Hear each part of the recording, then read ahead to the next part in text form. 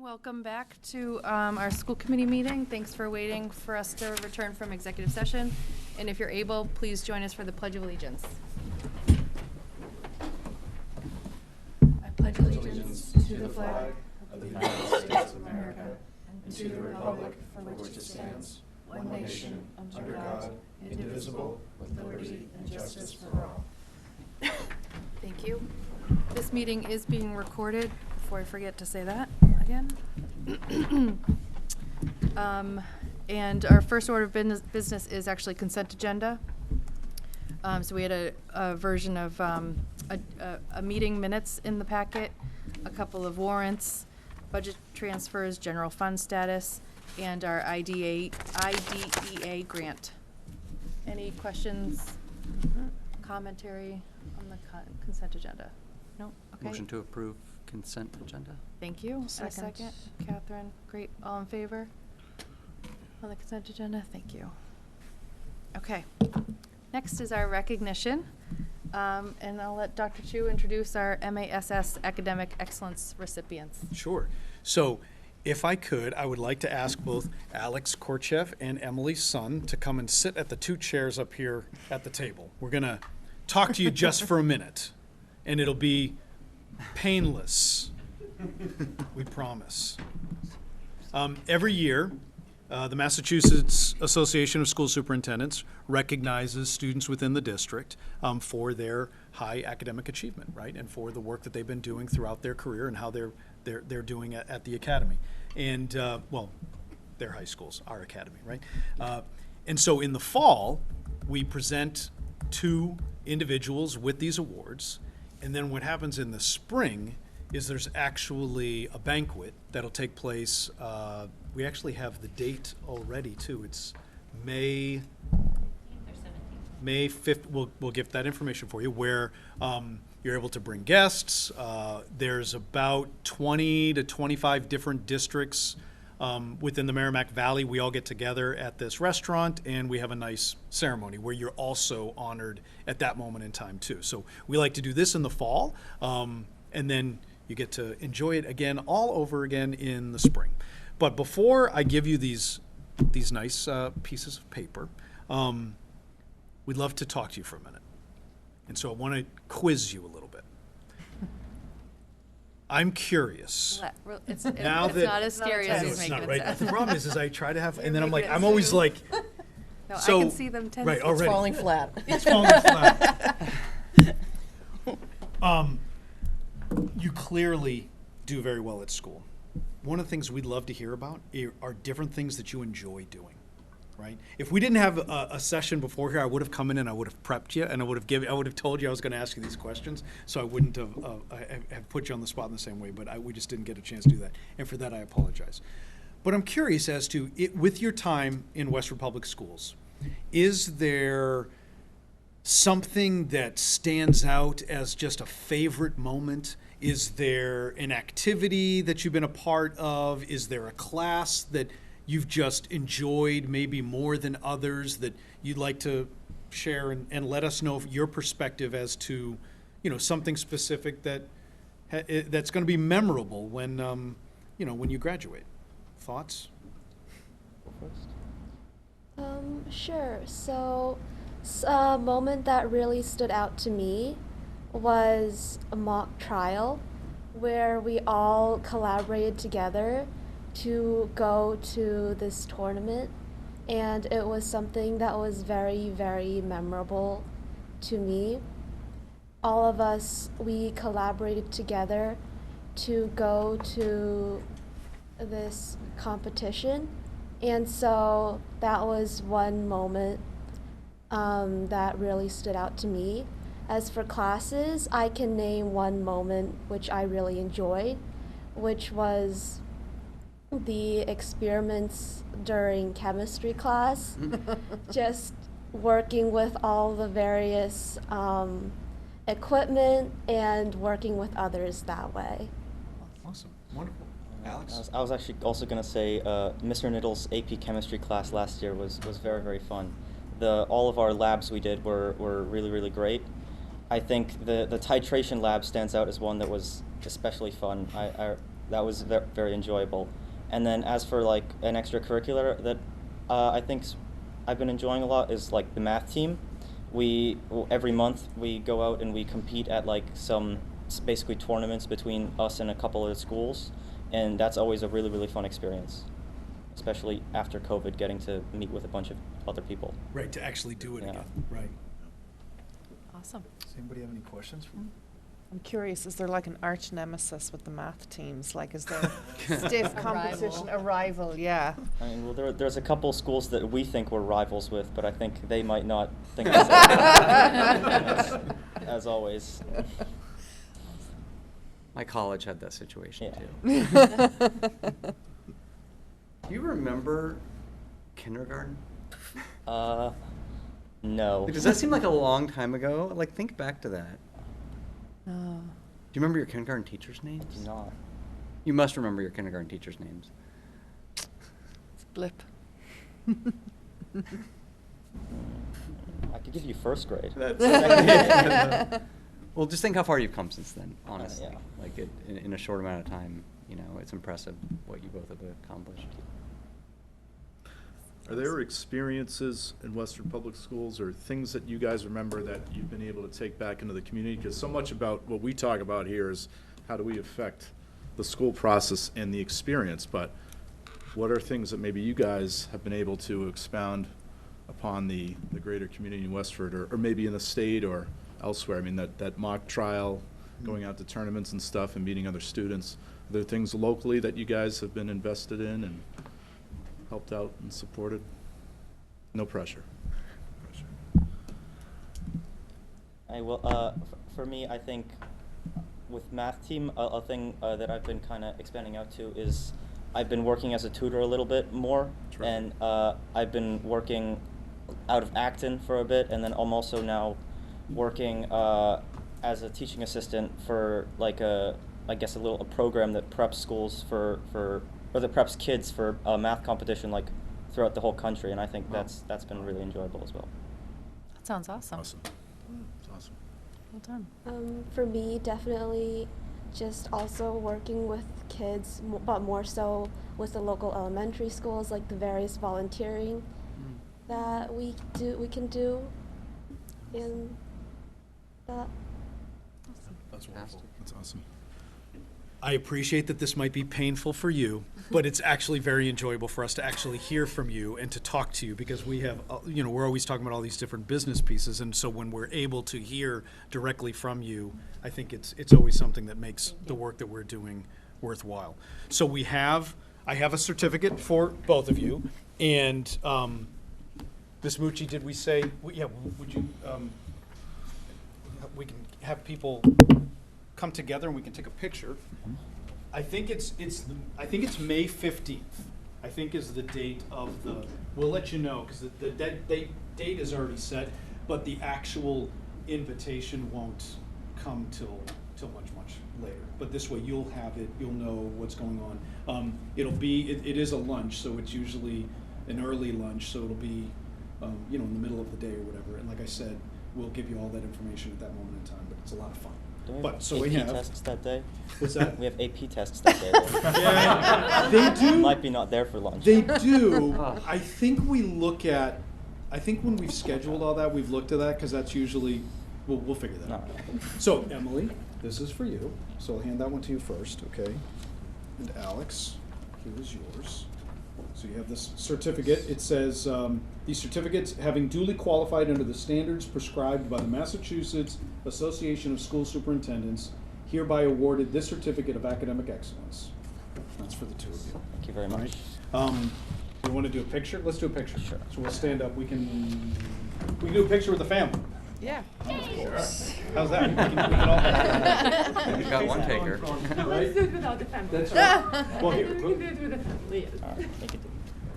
let's do it with the school committee in the background to make them of course. uncomfortable. Right?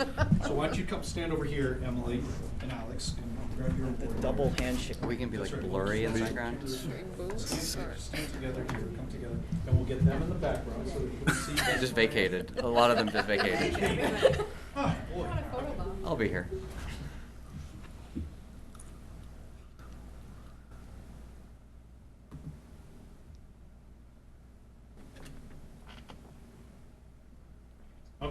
Now we'll get some with the families. How's that sound? All right? You go first. See, thank you for your enthusiasm. Your enthusiasm is appreciated. Let's go this way. You guys go first. Here we go. Here we go. Emily, we'll stay here. Okay, here we go. It's in our tote bag closet. Free tote bags. Thank you. All right, now you can jump. Your time to shine. Right? All right, you're gonna stand. She's wearing her Stony Brook sweatshirt, so that's good. All right, of course.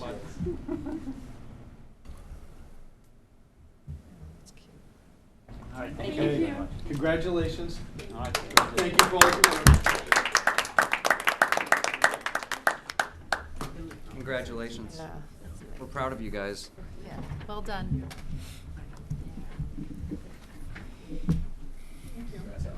Thank you so Night. much. Thank you. Have a good night. Alex has an excellent point, and we have to make sure that's not Night. Night, guys. during the Bye. assessment. During AP tests. Yeah. It sounds like we have It's our always next, at the same time, too. it sounds like we have our next tour idea, which is the titration lab at Yes. AP Chem. If he does, if he does Because- French, then Yep. if he does French, the AP French. You're looking it up? Oh, good, thank you. Got the schedule. Very helpful, thank you. Okay, the music thing. next up is, excuse me, sorry. It's gonna happen all night. Public comment. A reminder that public comment for any item or topic on or off the agenda is always available near the top of the agenda for individuals to share their thoughts. Speakers will be limited to 2 minutes per person. Please use public comment even if you refer to something later on the agenda. Virtual public comment is available through Zoom. Raise your hand and you'll be promoted to panelist and unmuted, or in person at Millennium. Please come up to the microphone and introduce yourself. So we'll give that a second while I grab another cough drop and my water. Oh, you have that. Thank you. I have nobody online. Okay. Well, I see people online, just, he's raising their hand. Great. Okay, next we'll move on to informational updates, and we'll start with the superintendent.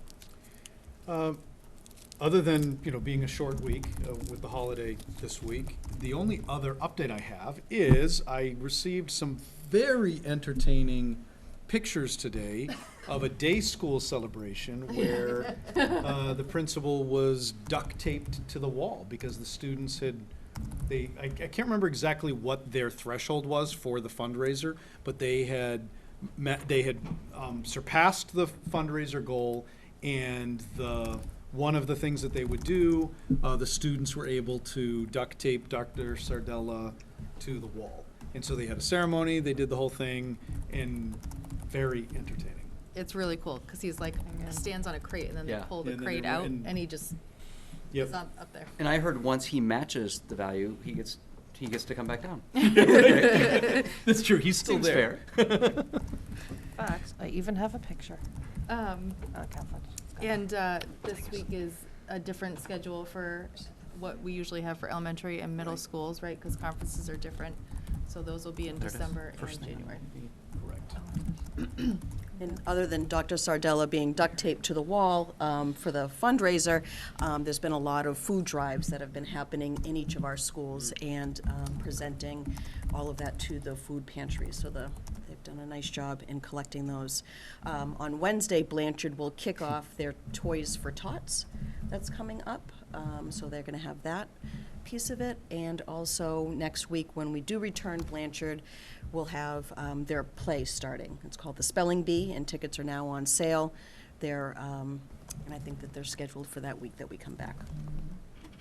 Great, thank you. Mr. Sardella on the wall there. Oh, there he is. There he is, yeah.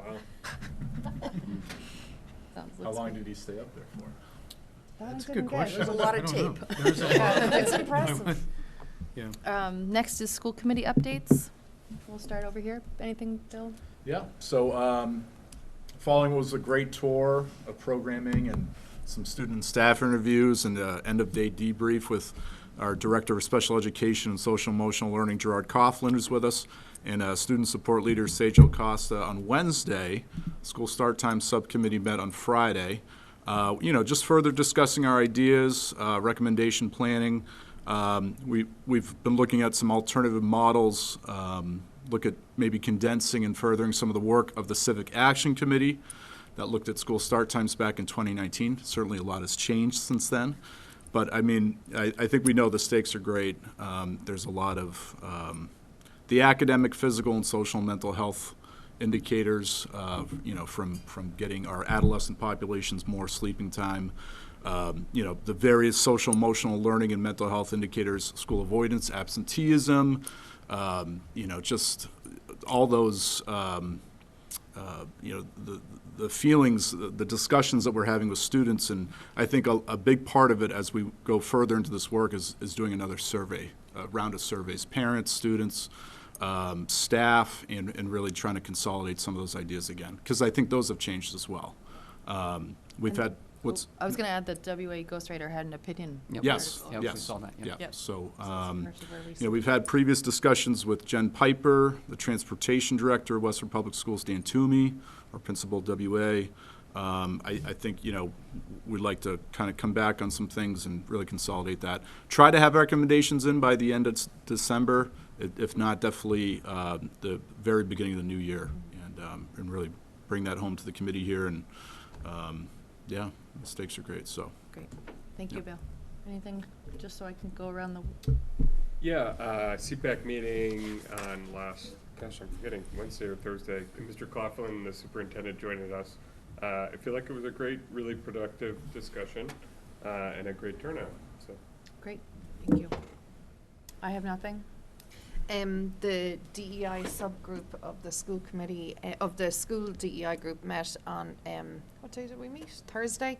And this is the smaller subgroup who are looking at student handbooks.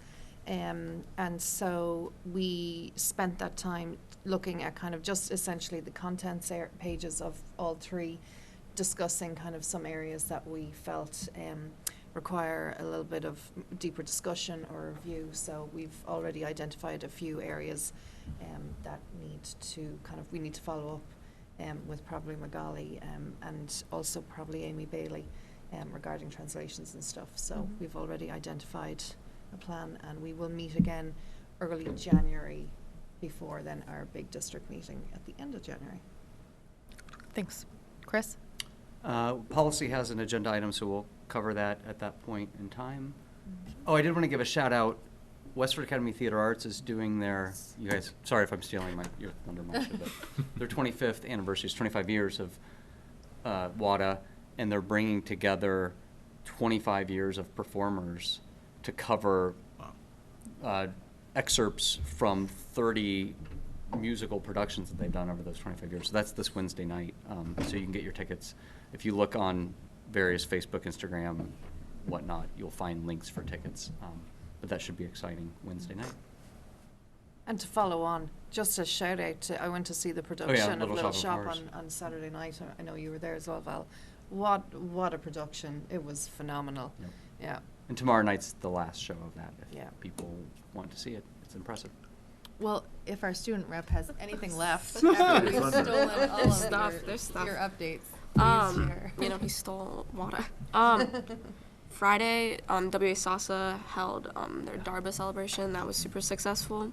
Awesome. Obviously, WADA has their 25th anniversary stuff, so that's running this week.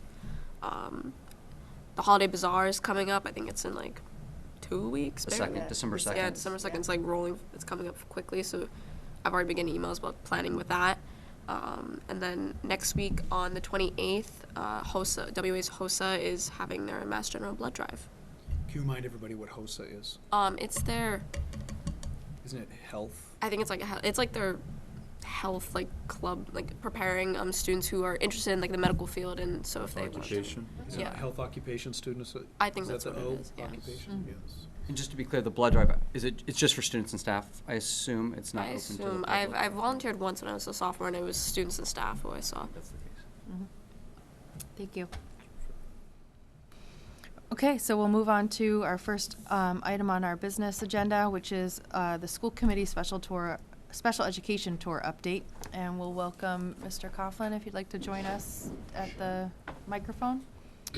So there was an open invitation last Wednesday to join during the afternoon hours, if your schedule allows. And we had 4 members of the school committee join, and we were escorted around with Gerard Coughlin and Sejal Costa. And so this agenda item is just to sort of process, share any reflections, and have a discussion point about how that went and any takeaways. So if you wanted to, maybe you could just give a recap of the classes we went to. Yeah, sure. So it was a great day, and thank you for all of us who could make it. We saw a combination of classes, both general education, co-taught classes, college prep classes, and as well as some of our programs that exist at the high school. We spent some time in our chemistry class, I think it was, in which I couldn't do any of the math problems.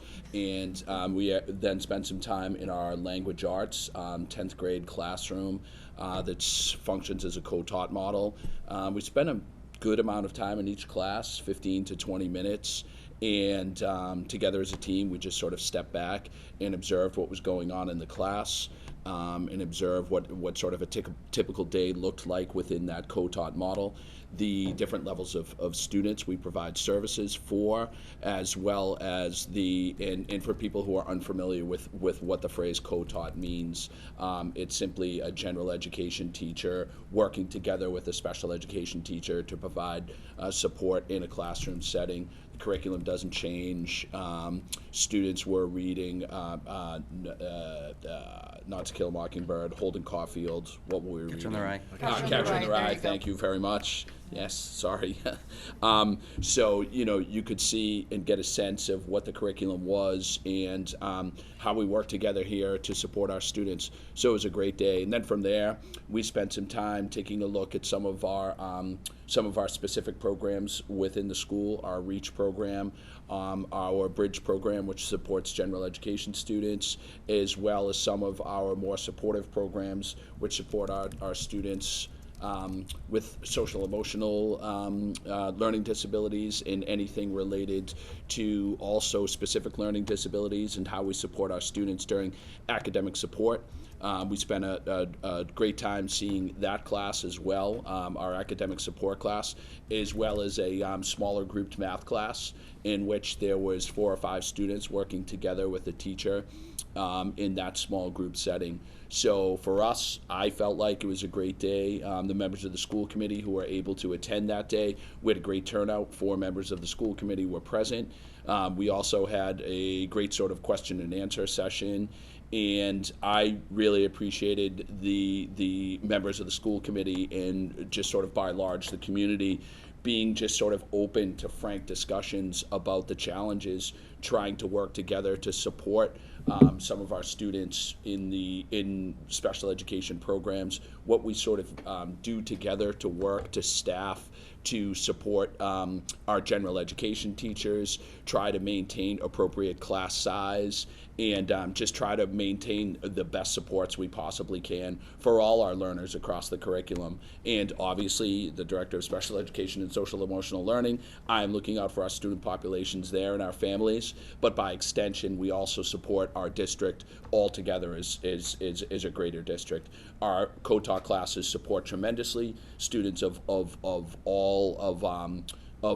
ages, all grades, and also have an opportunity to support all types of learners. And the same with our Bridge program, which supports not only some special education students, but also general education students. And for me, the importance of it and the greatness of it was seeing that it's a total support for everyone, and it's a total support for the community. And I think in our question and answer session, we said, we often couldn't tell which teacher was which. We couldn't tell, sort of like who, because they just work together so effectively. So who is delivering the curriculum, who is supporting students, it didn't matter. And so it was a great model for us all to see.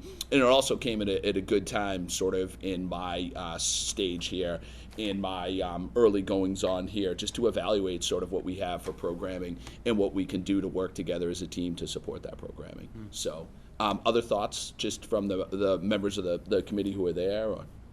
Yeah, I mean, I'm just very appreciative of the time that you and Sejal took to show us around. it really helps us as a committee, I think, to have that tangible understanding of what's going on in the schools. And for me, I don't want to spend a lot of time and let other people give their comments, but I think the theme that I walked out with was one of educating students by meeting them where they're at. You know, regardless of whether it was those co-taught classrooms, whether it was academic support, whether it was the special programs, for me, they all embody that, like meeting students where they're at and helping them continue to grow in education and in social emotional well-being. And so to me, that was really important to see that, and I'm thankful for that. Thanks. Yeah, totally agree. I think as an administrator myself, we're in a fundamentally different era of schooling now, you know, and I just think that I often preach as an educator being proactive rather than reactive, right? So get out there, get ahead of it. And I think, you know, meeting students, as Chris said, where they are and just wrap around services and supports and knowing what's at stake. That's going to take services, it's going to take commitment, it's going to take resources. But, you know, that goal, that well-rounded goal of well-being, mental health, of the social, emotional, and academic wellness for our students is what's at stake. And getting that tour, right, the reason that I'm in this job or the reason that we're here is to walk those halls and do it with you guys. And it's incredible. Reminded again what it was like, you know, being an out-of-district educator for 15 years, as I told you, to get back in the gen ed halls, to get back with, you know, just the inclusion, everything that was going on there was terrific. So, you know, I'm just really excited to be on this committee at this time, at this moment, and every day going forward, and helping, you know, figure these tough issues out, because this is an incredible time coming out of the pandemic and what we're doing right now with these students. So, you know, just really invigorated. So thank you for that. Thank you to Sejal, and looking forward to more opportunities. So. Couldn't agree more. Yeah.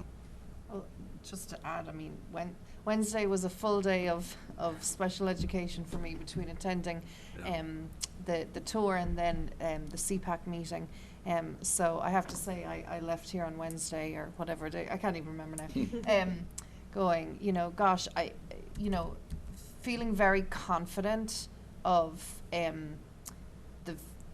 the vision that I think the district is kind of beginning to kind of assemble and put together. And one of the things that, you know, as we were going through the tour in particular, I was trying to think, you know, what are the different type of, you know, based on my own experience and through CPAC and friends and their kids, you know, what are the different type of learners, what are the different type of, you know, kind of supports that I know of, you know, individual students that I know in the district. And I have to say, at the high school, I really struggled to find a learner that we weren't accommodating for. We just, between the co-taught model, which I adore, I think it's a, you know, truly at the heart of what an inclusive classroom looks like. But then the fact that we had so many other programs meeting so many different options, you know, I really came away on Wednesday, you know, kind of feeling like I would struggle to see a student at the high school. And I know everyone is different, and I know, you know, every student and their experience and where they get to. But in terms of planning and programming, you know, I really, you know, felt we were meeting we had a lot of options and supports in place for a variety of students, which was awesome. So, and I also just want to, you know, say on a personal note, in terms of being a CPAC member, Gerard and Chris, the meeting on Wednesday night as a CPAC member was a fantastic meeting.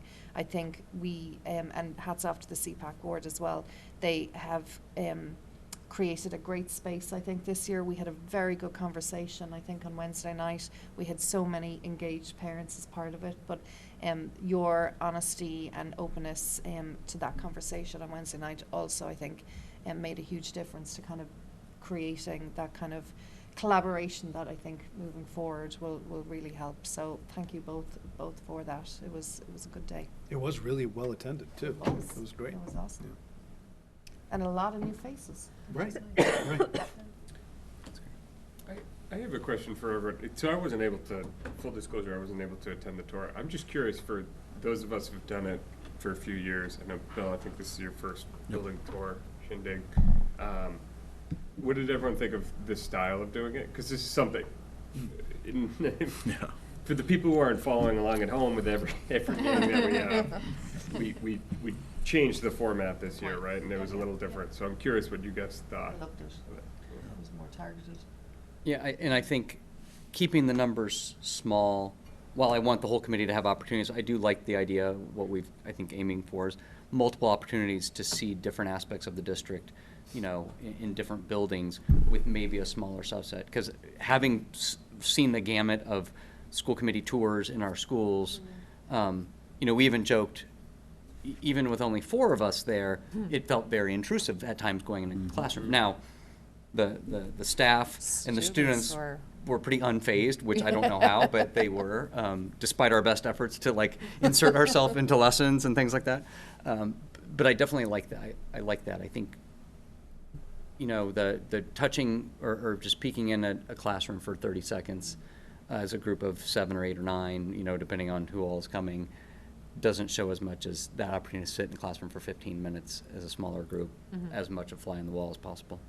Well, and I really like, without an education background, I really like sort of having like a focus for it, right? Like I know sort of what the goal of this day is and like what I'm expecting to get out of it. And instead of like, oh, I'm going to see 15 different things that I have zero sort of depth with, right? Whereas like this was like this one thing. And I mean, Gerard and Sejal are just welts of knowledge,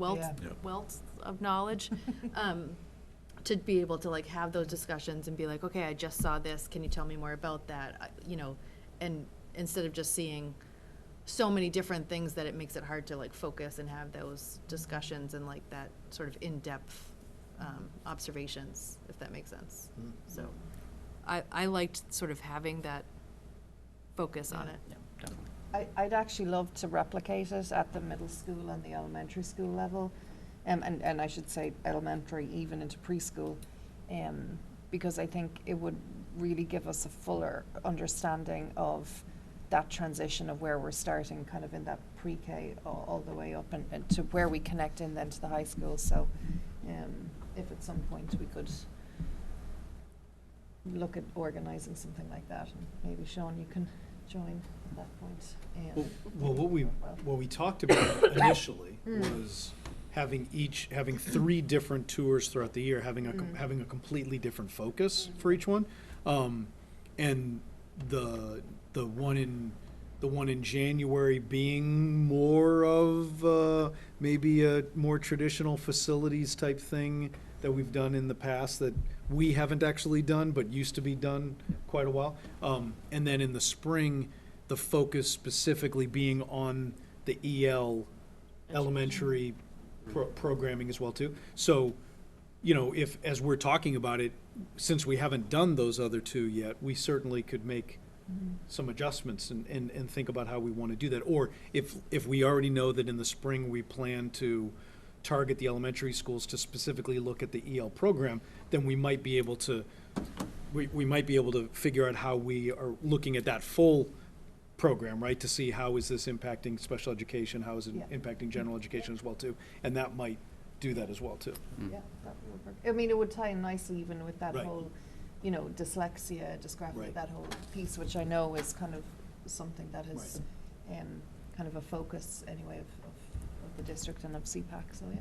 But we could certainly rethink, like if we know that if the January one is still like, well, do we really need to see? I mean, maybe we did spend a lot. I mean, Valerie got to go on the catwalk, but you know, not necessarily everybody was as invested in the facilities in the SMMA process. But we did just do that, so we could always rethink what we're doing if we wanted to still remain classroom focused, which I think is always a great idea. Yeah.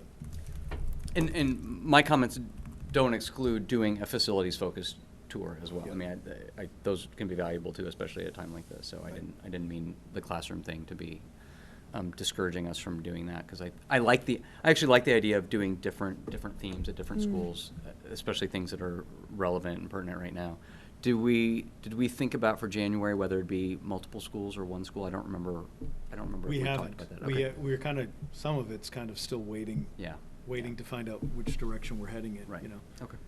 The other thing too, I will throw out there is that, I mean, I do still, you know, the budget season makes it a little bit more challenging, but I do still try to schedule myself getting into buildings deliberately on Wednesdays.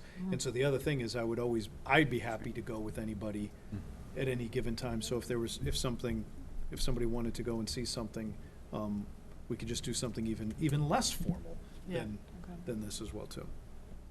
I think it might be nice to note that Mr. Coughlin's going to have a new staff member starting in the next few weeks when the facility dog starts at Westford Academy. So Lauren Doucette is a school adjustment counselor who He was getting all excited. He thought someone was actually in his office. Getting an assistant? Yeah. No assistant. Nobody with opposable thumbs. Sorry. But Lauren Doucette is one of our school adjustment counselors at Westford Academy, and she enthusiastically looked into, as you all know, the facility dog program last year. So we are very, very close. It's between one of two beautiful golden retrievers who we were told today will select us rather than us selecting them. So we don't have a name yet. We don't know exactly who that doggy is going to be, but we will in the next few weeks, and maybe they'll join us at a future school committee meeting. Well, I think that goes without saying. Although personally, I have plenty of golden retriever in my life, but I'm sure everybody else would. What's my motto? The best dog is somebody else's dog. Somebody else. Sure. So, awesome. Same could be said about kids. Remember dogs, kids, swimming pools, and boats. Yeah. Okay. Anything else? Any other thoughts on this? Just another echo of thank you for the flexibility for your schedules, and tagging along with us for the afternoon. Really appreciate absolutely. it. And it was great, and thank you to you folks as well. And I forgot that we also had the CPAC meeting that night too, and that was Wednesday was a bit of a blur. I know, right? Exactly. a long I day, actually yeah. really thought it was Thursday night. What's wrong with me? But that, just a good sort of partnership between the two there. And I would be remiss not to mention what a great night that was and a great conversation we had. And even if there were challenging questions, they're really important questions to ask and discuss and have in a forum like that. So I would continue to encourage folks within the community to participate in our CPAC. I would continue to encourage folks within our community to participate in the office hours we have running on Thursdays in the Office of Special Education and Social Emotional Learning, and just really keep those channels of communication open. So, Thank you again. Thanks, Troy. yeah. And thanks for joining us tonight. Sure. So, Yeah. Do we all? Was there one more agenda? Nope. Okay. Nope, great. you're good. Awesome. Yeah, feel Thank free you to very much. Nice to see everyone. skip out. Thank you. Have a wonderful Thanksgiving. Happy Thanksgiving. Yes. Yeah, you Thank- too, folks. Thank you. Thank you. Share my screen. Okay. Okay. And look, if you need a visual aid, that just made me think of it. We're gonna move on to the next agenda item, which is a recap of Sure, the, we- thanks, Maisha. Have a good holiday. Good night. Break. So I'm sharing my screen. Then you can Do go. I hit the slideshow? Yeah, go slide. So a recap of the MASC joint conference. So statewide conference for open to all school committee members and superintendents. Chris, Catherine, and myself, and Dr. Chu and Courtney were in attendance. Sort of tried to split up some of the great sessions and panels that we were able to go to, and really just wanted to focus this year on bringing something back onto the agenda for a little bit of a discussion point. I really was hoping to sort of narrow and focus a little bit so it doesn't just become a brain dump, but more of like what either inspired us or what was like sort of a new piece of information that we felt like either was relevant to Westford or something was felt important to bring back. So with that in mind, I guess I'll just speak to the ones that I added, and we could just jump in if there was a panel that you attended that you Yeah. wanted to mention, but sort of grouped these by like topic. So some of the diversity, equity, inclusion, and belonging related topic points that we heard in panels or in the general sessions with like a speaker. One was, I thought it's also important to not just take away action items and inspirations, but also reflect on when we're doing something right. And one point we heard was how important it is to include the DEI director at the superintendent cabinet level, which we know is already happening in Westford with Magali joining in with all of your cabinet meetings and stuff. So I thought that was helpful to include. One other point we heard was about making sure to think about our culturally responsive professional development and how wide is that invitation going, and how can we include even support staff into those sessions to really just build that belonging with every staff member in our buildings and every adult. And I think actually the panel I was at that talked about that actually included an invitation to school committee members for when the district is having culturally responsive sessions, so that it's important that we can all talk about the same ideas. Another point I wanted to share was the importance of actively integrating the equity audit findings into existing goals or dual goals versus like, here is our separate equity goal. I think we've done a good job of that already, but with our equity audit process about to start and expecting findings in like sort of end of next year, I thought that was an important takeaway.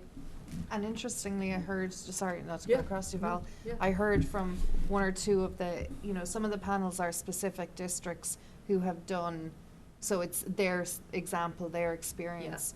But what I thought was interesting in one of them, they seem to have a separate DEI's plan, and I have to say I mulled over it for a bit, but kind of really fell on, no, that should be ingrained entirely through our SDIP. So seeing it, in another panel, was awesome. Yeah, and I think the example was that the equity piece is the table on which everything is set, right? Does that sound fine?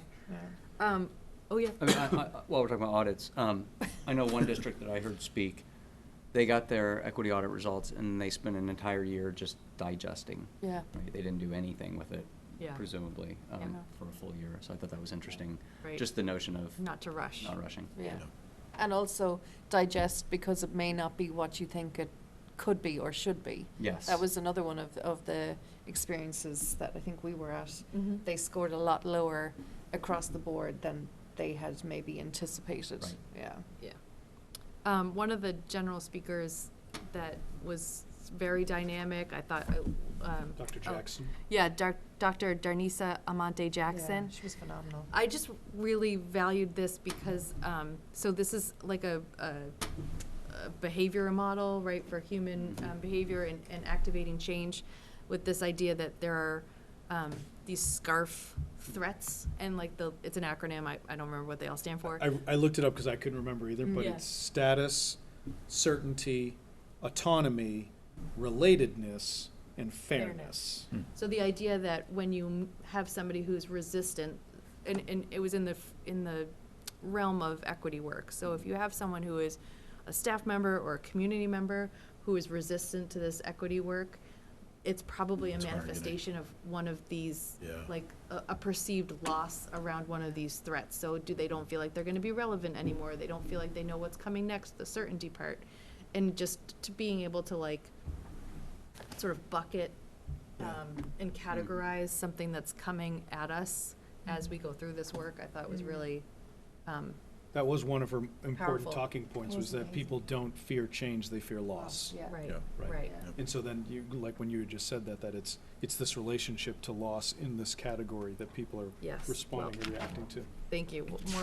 Better said than I. And she also talked about adaptive leadership, which I wrote this down, which is the act of disappointing people at a pace that they can handle. That was it. And I Yes. Yeah, thought that that was was a great. good one. Yeah. I know, I could have had a whole slide that was just Exactly. quotes. Yeah, sorry. Yeah. Because Yeah, she and had- there were great. she was very There was a quotable. lot of great ones.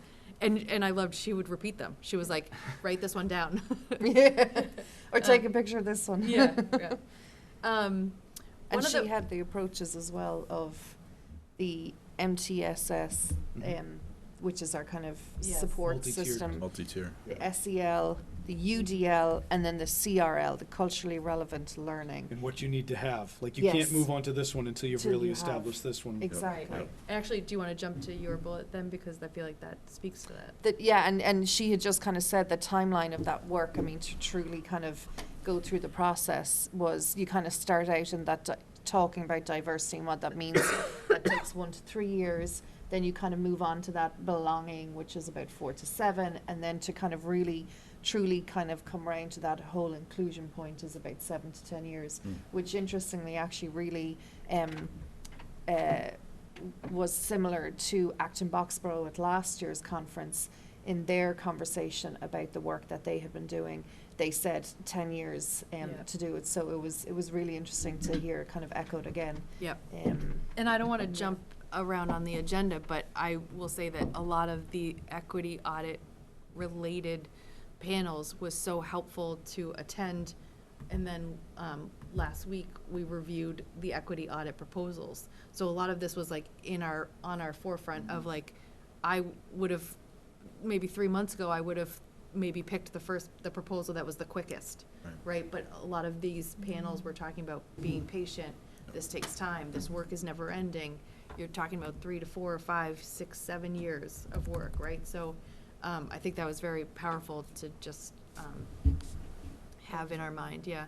And then the one bullet I just want to jump, make sure we caught was, I find one of the sessions that are the most impactful are panels of actual school committee members and superintendents who are reflecting on like their own experience and sharing their best practices or their knowledge from what they've done.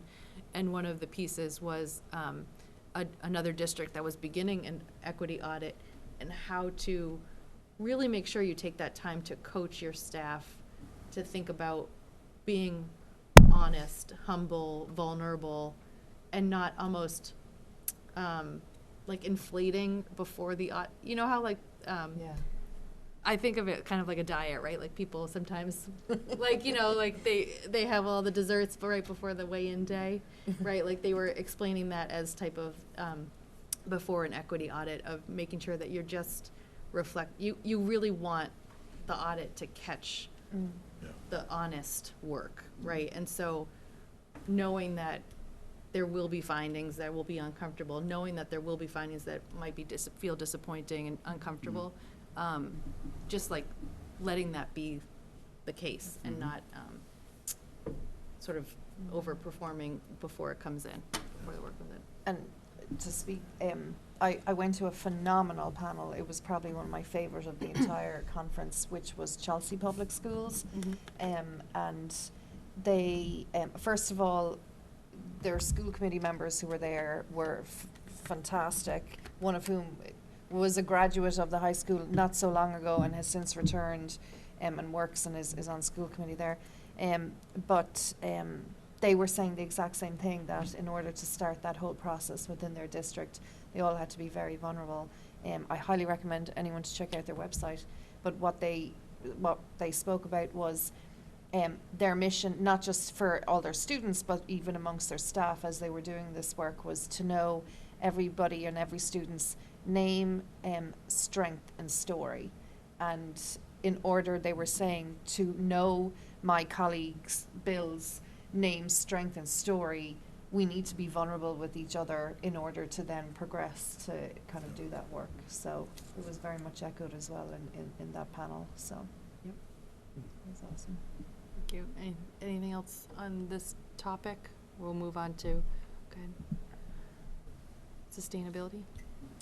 Yeah, so I attended a couple that were related to sustainability. One was about, one was called Leading in the Age of Climate Change, and it really focused on Watertown and Worcester recent construction efforts with new schools or upgrades to schools. And so just the take-homes I put there are just really, they're really going all electric with either heat pumps or geothermal heat pumps in some cases, which are really efficient. they drove home, like, if you're gonna replace a boiler, you know, go electric, because just, you know, to meet all the state and federal and local, you know, climate goals by, which most are like 2050 or 2030 or whatever, there's just, you kind of have to go electric. You know, they talked about new buildings.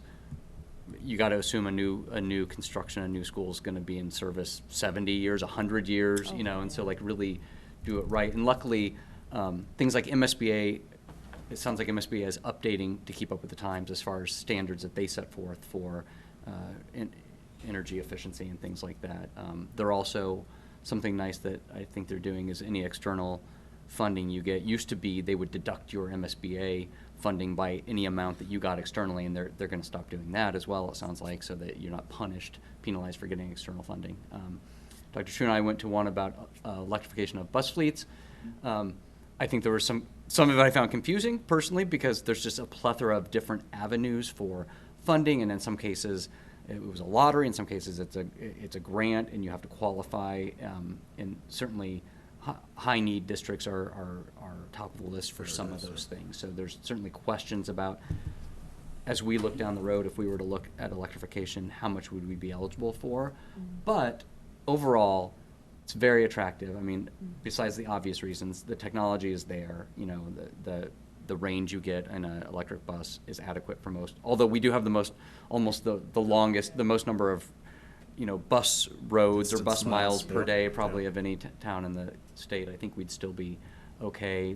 The warranties are good, and the operating costs are phenomenal. Right? There's just almost no maintenance on these vehicles.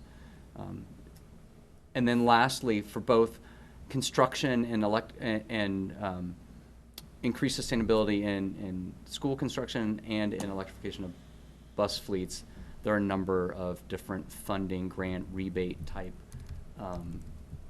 sources for districts to look at. And so I know we have Sue, you know, who looks at these things and presumably is up to speed on all those, but I certainly learned a lot about what's out there as well. Might be worth at some point asking Sue, you know, maybe in the spring or something, to kind of, if she could come and, you know, have a conversation with us of, you know, does she see a path forward in future, not necessarily for now, but is there a path that she could identify if this was something we wanted to do? I mean, I know that we're doing the van fleets kind of separate, but to actually look at our own bus fleet. I will say she has been very proactive in that Yeah. regard, and she has met with us quite a bit. So we've talked Yeah. about the viability of exploring, yes, our internal fleet, but then also the idea of what companies might exist. That becomes in itself problematic because we don't own our own large buses, and so then it's like we're at the will of what companies are choosing to do. Yeah. But she would be happy to come Yeah. and talk more about that, because she has done a lot of Yeah. that work already. I think it would be good for, just to kind of keep us all up to date and Yeah. give us an idea on possibilities. Great. Thank you. A couple sort of things from different panels that fell under a communications topic was, I can't even remember what the panel was about, but the idea that, I think in moments of, in situations of crisis, sort of role clarity is important, protocols, norms, sort of that boundary between school administration and school committee is all of that is so helpful, especially when you think about communications. And so with that in mind, something that Chris and I had been talking about since the summer is a document that helps really just like remind all of us what to do in the very common scenario of being contacted by like a friend, right? Or like a hypothetical friend. Like somebody reaches out to me at the soccer field, at the market basket, wherever. What should I do with that information? So Chris is working on a draft of that, and we'll send that around and then figure out sort of how to finalize that and make that as part of our operating protocols or norms, right? And we can further discuss that. Another important point made was to just really hammering on our mission, our values, our STIP, This, again, I think was part of a crisis communications panel, so that, and what was interesting was every district had sort of a different example or a different definition of crisis. What might be a crisis in one district is different than a different, and several of the districts on the panels had some of the swatting calls from the spring, so they were actually talking about their emergency protocols and their preparations and their crisis response. But sort of for the more perceived crises, how to really circle back for those concerns that we hear from the community about something happening, and how to circle back to our mission and value, core values, I think was important. Yeah, I think you added that last one. I'd added that last one. Oh, okay. And that was based on, Oh, the same. Were we on the same one? I don't well, remember. it's like you, it's based on multiple. We were both on the crisis Okay. communication one. I I was can't on remember. one about, I don't remember the exact title, but something about leading in polarized times, which had a lot of similar themes about communication. Even there was one about legal issues that have come up in different districts across Commonwealth and across the country, which is really interesting. But there were themes, and a lot of what I took away was people are emotional, and people are energized, and people are passionate, and the importance of letting people, and also I think about how to run a meeting too. Like Yes, right. there were certainly conversations about public comment and letting people speak, and that's important. So that's why I say two-way, and finding the right venue for letting people speak. Sometimes it's at public comment, sometimes it's somewhere, having Somewhere else. a forum or a listening session outside of that, but then at the same time being leaders and knowing when to also provide pertinent information that either sets the record straight or explains things more clearly, Yep. and sort of that two-way communication. And so the good news is, I feel like, especially in the past few years, I heard so many things. I'm like, oh, we're doing that well, and so that felt really good to Yeah. hear that. The one thing for me then that I felt that we could really do better was about communicating your S-step, and that's what I ended in there. Oh, I'm of sorry, using- that's the bullet you were talking about. No, you're fine. Okay, you were I'm doing sorry. It right. I I didn't. I jumped a missed her bullet. parentheses. I skipped a Yeah, bullet. not at all. Go ahead. No, just to follow on in that, the panel spoke really highly about, the importance of getting that messaging across, and how it really is that, vision for the district, and using high quality materials, an interactive schools website. So when they say interactive, it's like, there's drop down menus, or, you can kind of click on this picture to link or whatever, so it's a bit more interactive, and social media, to kind of, highlight maybe portions of your STIP or what have you. And one example he gave was Cambridge Public Schools, for their STIP, actually created postcards with kind of just that highlighted, the main points of it, and they mailed it out to every family in the district. And then the other thing they did was they created bookmarks, which again were made available in all the libraries, again similar to the postcard. And I thought, two very small, simple things, but quite effective.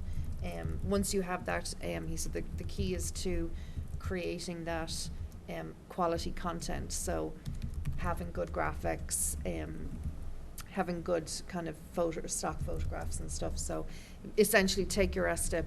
He did complain about STIPs that are like 2 pages on like a Google Doc. I was like, I won't show him ours. However, but then was he also complaining about those that are like 15 7 pages? yeah. Well, that was it Exactly. too. Exactly. Yeah. So I'm, I will just yeah. jump in for 1 second, just to Yeah. let everybody know that we do have WA students working on that poster, right? The idea of taking the 2 pages Yeah. and trying to create, That using some of the examples that we saw when we were beginning Yeah. this work, and that idea of what can be a 1-pager that is something that could be posted, could be sent out. Yeah.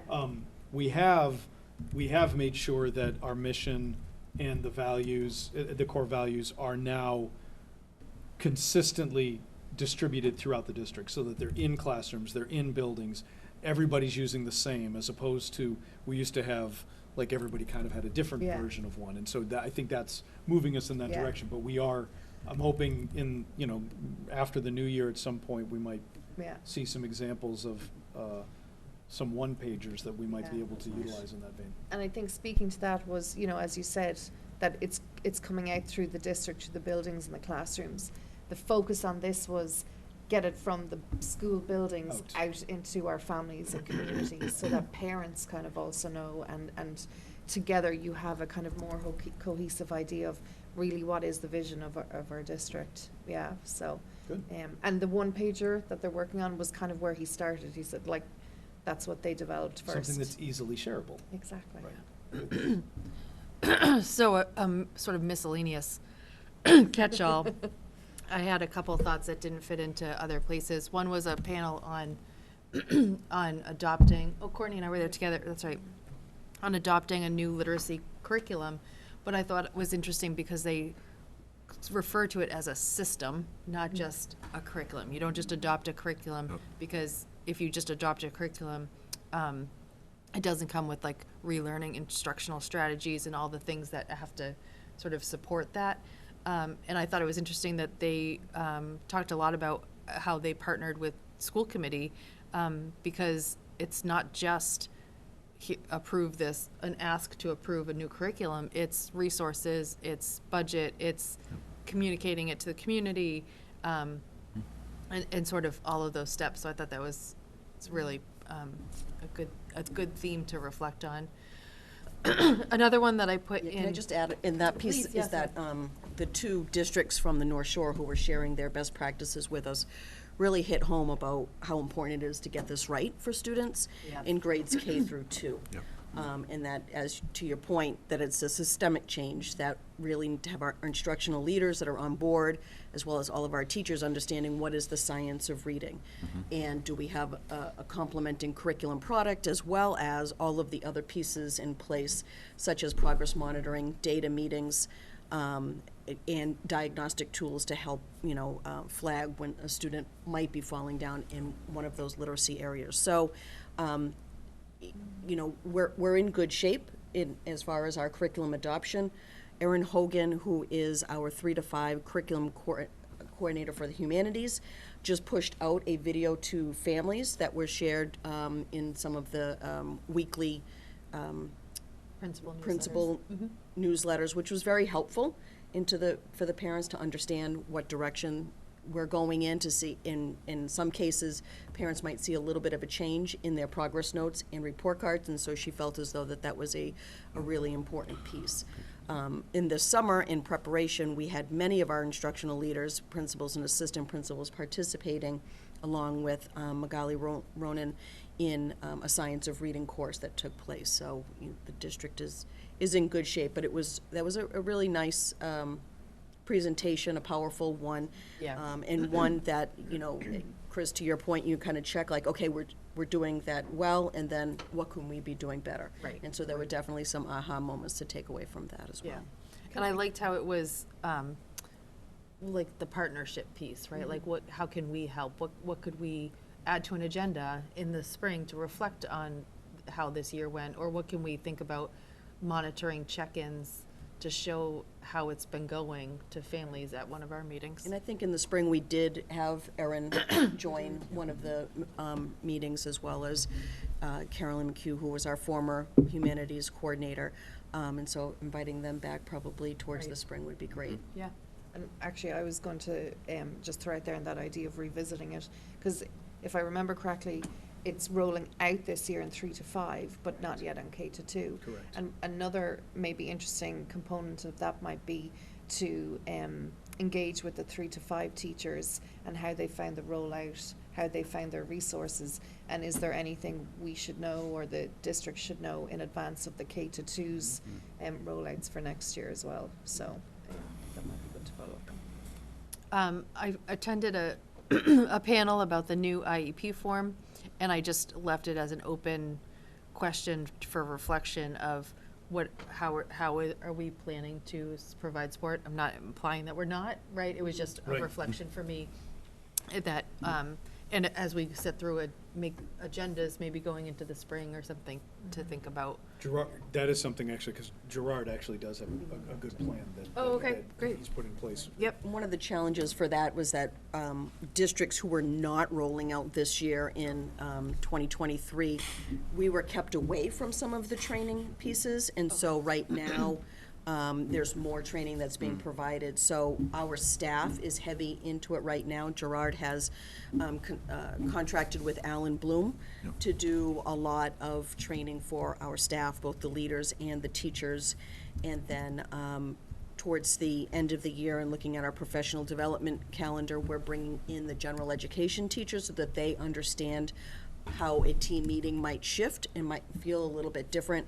And then, certainly that might be an area for CPAC and Gerard to kind of connect with as well to help parents understand that, or perhaps bring in the federation, and to speak directly And to my, the parents. my takeaways from both of those two bullet points was, or both those separate panels, was that it's not just this silo where you check the box, right? Like, especially with the IEP, it was very eye-opening to hear, how we thought about that IEP meetings will take a little bit longer, and the substitute plan for that, like building in sort of the time that it might take, the extra time it might take as people get used to the different form and stuff. And I just thought that was very, again, I learned so much on these topics that without the education background that of how it relates to what we can control in our sphere of influence. So really appreciate learning. Go ahead. You had one on book banning? That was Chris. But we were both there. We were both there. Because how could we not go to the session on book banning? Because that sounds interesting. But Although it wasn't entirely about. no, it was not. So I had a couple takeaways. One is that there's a range of library infrastructure in schools in Massachusetts. Some schools don't have librarians, some schools don't have library spaces at all, some have ample library and librarians. So that was interesting because the panel did include several school librarians, which was interesting. But my big take home was just protecting ourselves from a district. Not that we've had an issue with people, as far as I know, presenting challenges to any materials, but you really want to have a policy on how that happens. And we do, as it turns out. But it's worth looking at. Yes, it is. I've since gone back. It needs, checking. Because there are model policies, both at the MASC level, but also at whatever the. Is it MSLBA or something? I don't remember like the that? acronym. The but library. The State Librarian like- Association, or yeah. maybe the national even has a model policy. So it's something that. Yeah, they gave us some really The policy good- subcommittee could probably look at that Yeah. and just see if we're up to snuff on that. Yeah, no, yeah, we definitely need to update it. Thank you. I'm gonna go to the next one. These were just two of the ones I attended, the one on MCAS, and just 2 points to note, that there's a new science field test style MCAS coming FY26, which will replace the current 5th and 8th grade science. It's being trialed this year, next year. The 8th grade civics MCAS is coming in FY25. And the MCAS are working on focus on increasing translated assignments or assessments, sorry, that should say. Currently, I think they only offer Spanish in math and science, I want to say, but they're looking at creating more options in that. The other thing is they're looking at improving turnaround time in terms of getting the data to districts. And the other thing they're also looking at testing time. They had some really good data on how much time kids are actually spending on the testing, and therefore the data is kind of showing them it's probably a bit too much, and so they are looking at maybe it's going to be 1 essay less. What can you demonstrate in 2 essays that you can't demonstrate in 1, that kind of thing. So they're reviewing all of that. So that was the MCAS. I did think it was that one got a bit contentious. There was a guy from MCAS who felt like I think he was on the defensive, and a lot of educators in the room who had a lot of strong opinions on MCAS.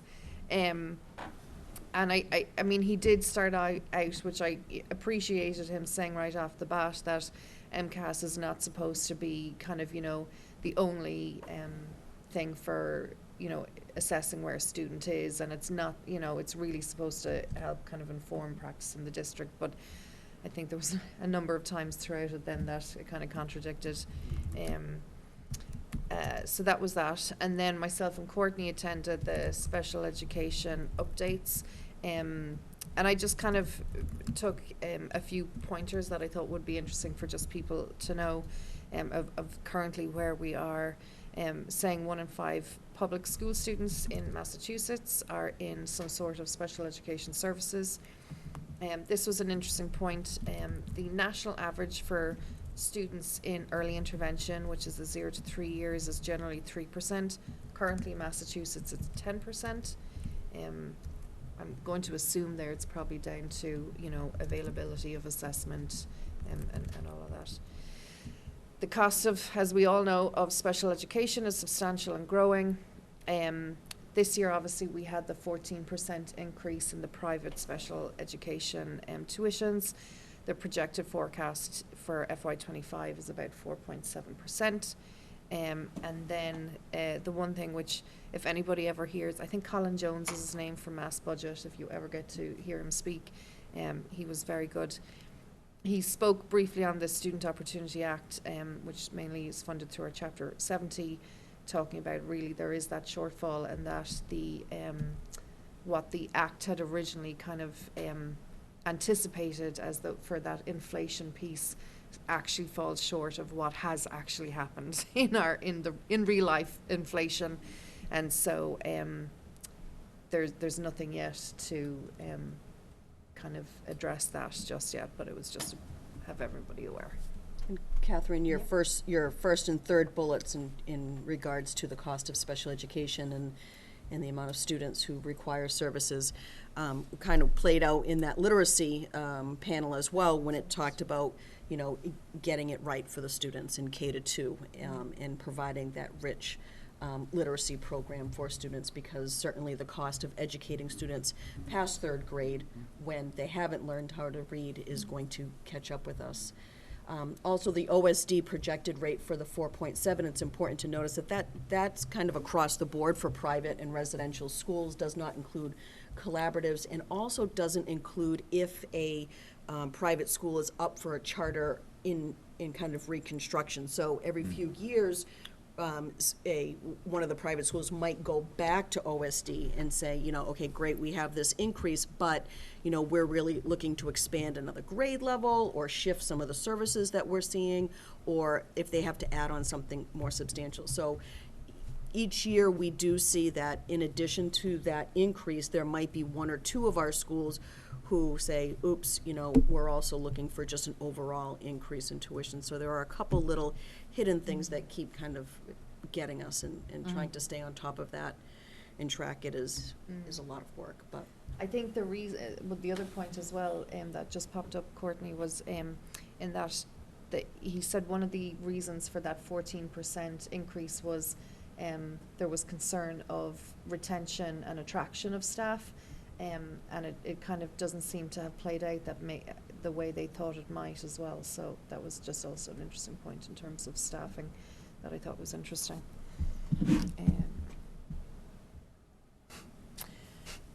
Sorry. And then the delegate meeting. I challenge you to cover this quicker than the actual delegate meeting. Actual delegate meeting. Oh, Was it 3.5 hours of my life? They wanted a recess and. Oh my gosh! You gonna get it back? It was Like a mini town meeting. Yeah. With all school committee delegates in a room trying to pass resolutions. trying to pass. So we all thank Catherine for going Yes. in Yes, ours, seriously. and she's sharing how the resolutions ended up. This is kind of how the resolutions Yeah. ended up. Yeah. And I will note, since I went to a session on parliamentary procedure and Robert's Rules of Orders, those tabled mean they're done, right? There's no future, I mean, they can come back next year as They new can come back, resolutions, but- yeah, But yeah. once the meeting's over, tabled means it's done. It's done. Yeah. So. Follow up. Just again, a reminder, I know I had emailed everyone. This is really, I mean, this isn't putting anything into law. It's not creating any, They're just you know, we're not resolutions. changing any MGLs. This is just really giving MASC their goals for the year ahead in what they're going to lobby for, work towards. And I mean, I will say, you know, for some of them, we have some fabulous school committee members across the district. It's really interesting to hear kind of the issues that are popping up with them. And so this is kind of what came up. The full funding for METCO passed. The transportation bidding procedures passed. The fully funding regional transportation failed. The interesting point being, so a committee member from another district stood up in a regional district to say, you know, apparently we're all promised when you become a regionalised school district, you get the promise of the funded bus service.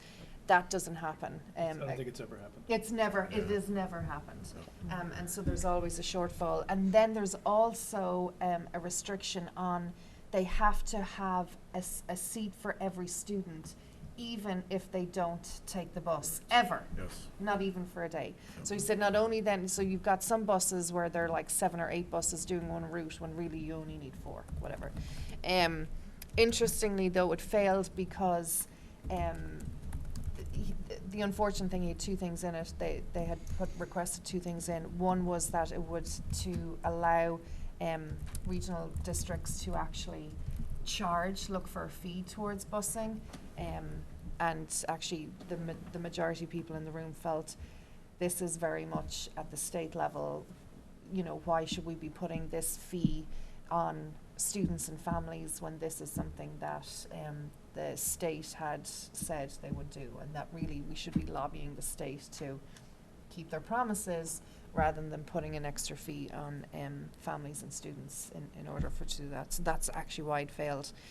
The DEI coordinator for districts, which was tabled mainly because it became such a debate about language. Some people, I mean, obviously everybody in the room liked the idea of having a DEI coordinator, but then some of the language that had been proposed felt it could be construed as actually being a paid position. And again, districts were like, we don't necessarily want to advocate, you know, having people actually have to maybe create an extra position or a paid position, especially going in with budgets.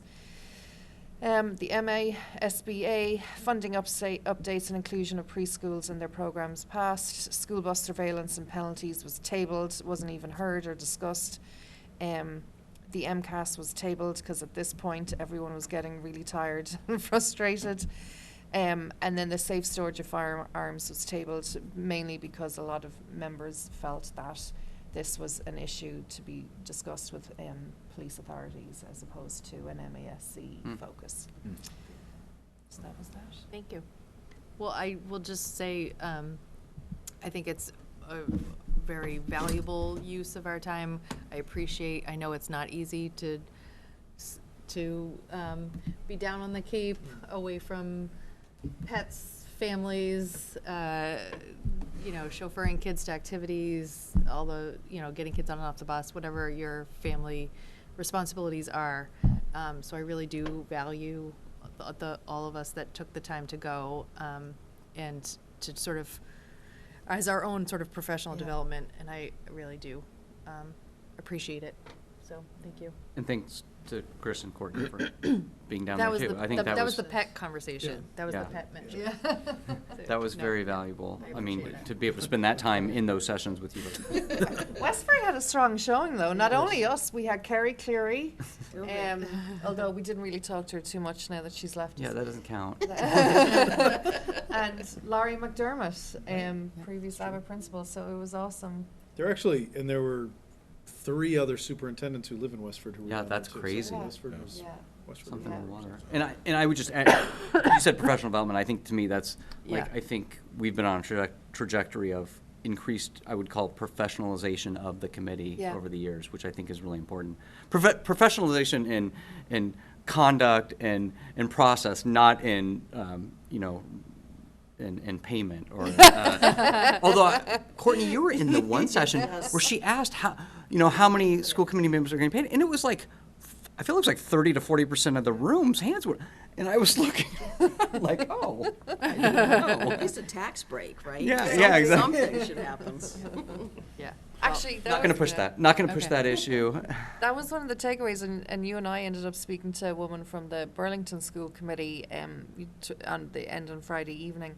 You know, that was one of the biggest takeaways I had was that, gosh, we really are putting a lot of process into place and a solid footing, and especially when you're speaking to somebody from Burlington, a big school district, you know, long established, and, you know, to hear some of their practices was like, okay, we're actually doing pretty good. So that was a good takeaway. Thank you. Going to move us on to policy updates. Yep.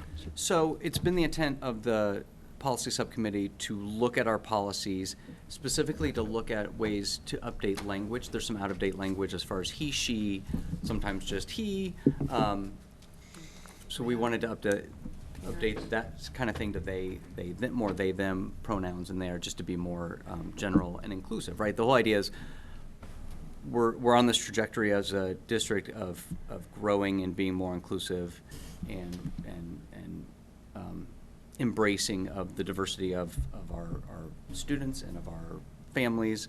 And so this is one way we can do it. It's a small thing, but it's updating the language.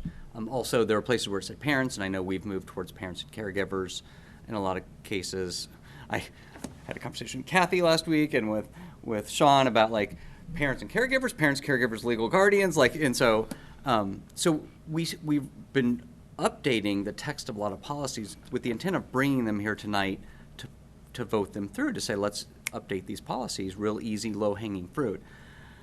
That spawned a whole discussion on Thursday at our meeting, which was, boy, a lot of these policies that we're looking at that, like, oh yeah, sure, he, she, they, them, have other things that are worth updating or potentially worth updating, right? A lot of these policies, we have a number of policies that were enacted on April 9th, 2001. We know that date, and a number haven't been updated. And we had this good conversation on Thursday, into Friday, I guess, in some ways, about do we want to bring them forward when a good number of them had other things that at least we felt like were worth looking at.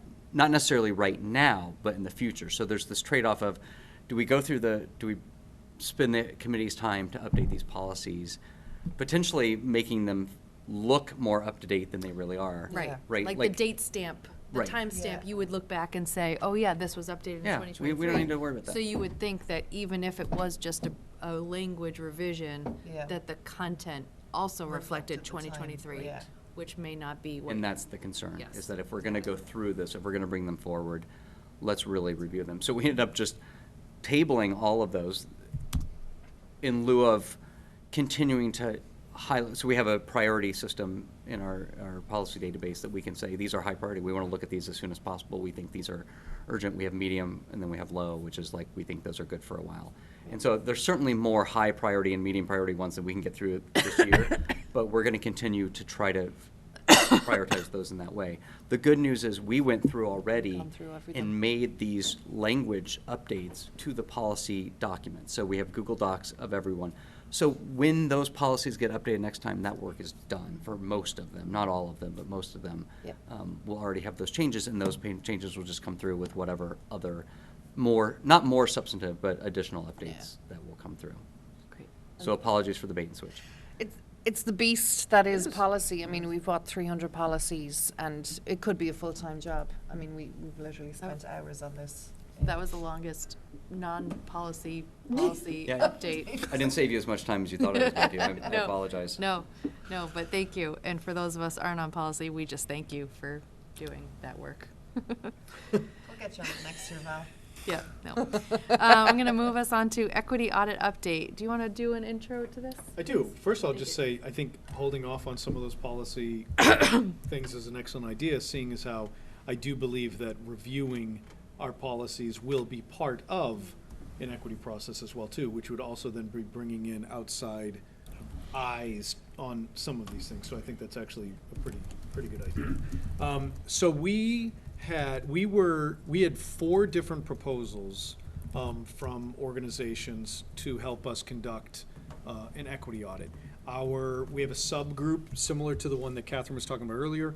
A part of our DEI team with the schools, we divided into 3 subgroups. We have the policy group, we have a professional development group, and we have the equity audit group. And so last week, the equity audit group met. There were some members of the community. Valerie joined us as well. Catherine, who's chairing the policy group, joined us for the equity audit group as well too.